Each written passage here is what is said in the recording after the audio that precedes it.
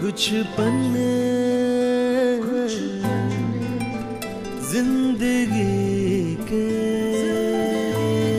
जब बचपन में आप ऐसे हॉरिफिक चीजें देखते हैं तो या तो आप सही रास्ते पे चलते हैं या तो गलत जी। तो वो जो डिमार्केशन होता है और वो जो चॉइस होता है वो बहुत एक क्रूशल चीज है। एंड स्पेशली आपने जैसे कहा मैं 12 साल का था तो वो एक ट्रांजिशनल फेज होता है बच्चों के लाइफ में राइट।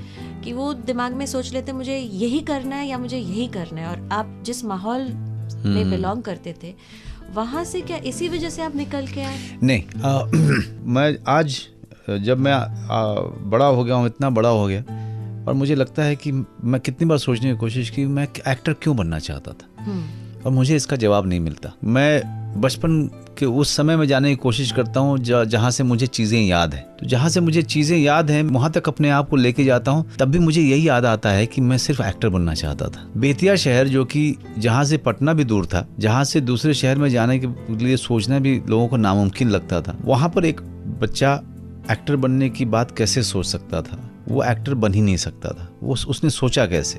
क्या ग्लैमर देख के सोचा? तो ग्लैमर खत्म हो जाना चाहिए था 16 साल की उम्र तक, 17 साल की उम्र तक। बाकी जो चीज कंपल्शन थे वो बहुत बड़े थे। तो बना क्यों? वो उतना ज्यादा पैशन, डेस्परेशन क्यों था मेरे अंदर में बाहर निकलने का? और कैसे निकल गया मैं? Today I feel that it was impossible to get out. कैसे निकला ये मुझे भी नहीं पता। कैसे बड़े बेटे थे अब मैं सबसे बड़ा बेटा था, इतनी रिस्पॉन्सिबिलिटी थी मेरे ऊपर में, तो और मैं सेल्फिशली निकल गया वहां से। यहाँ पर मैं डेस्टिनी और जो पर्पस ऑफ लाइफ और जिसके लिए भेजा गया हूँ शायद वही काम कर रहा था मेरे अंदर में। मुझे लगता है कि मेरे already I was born with a chart. ये लड़का जो पैदा जो इस समय पैदा हुआ है ये यही काम करेगा और इस जगह जाके काम करेगा, ये इसकी जर्नी होगी।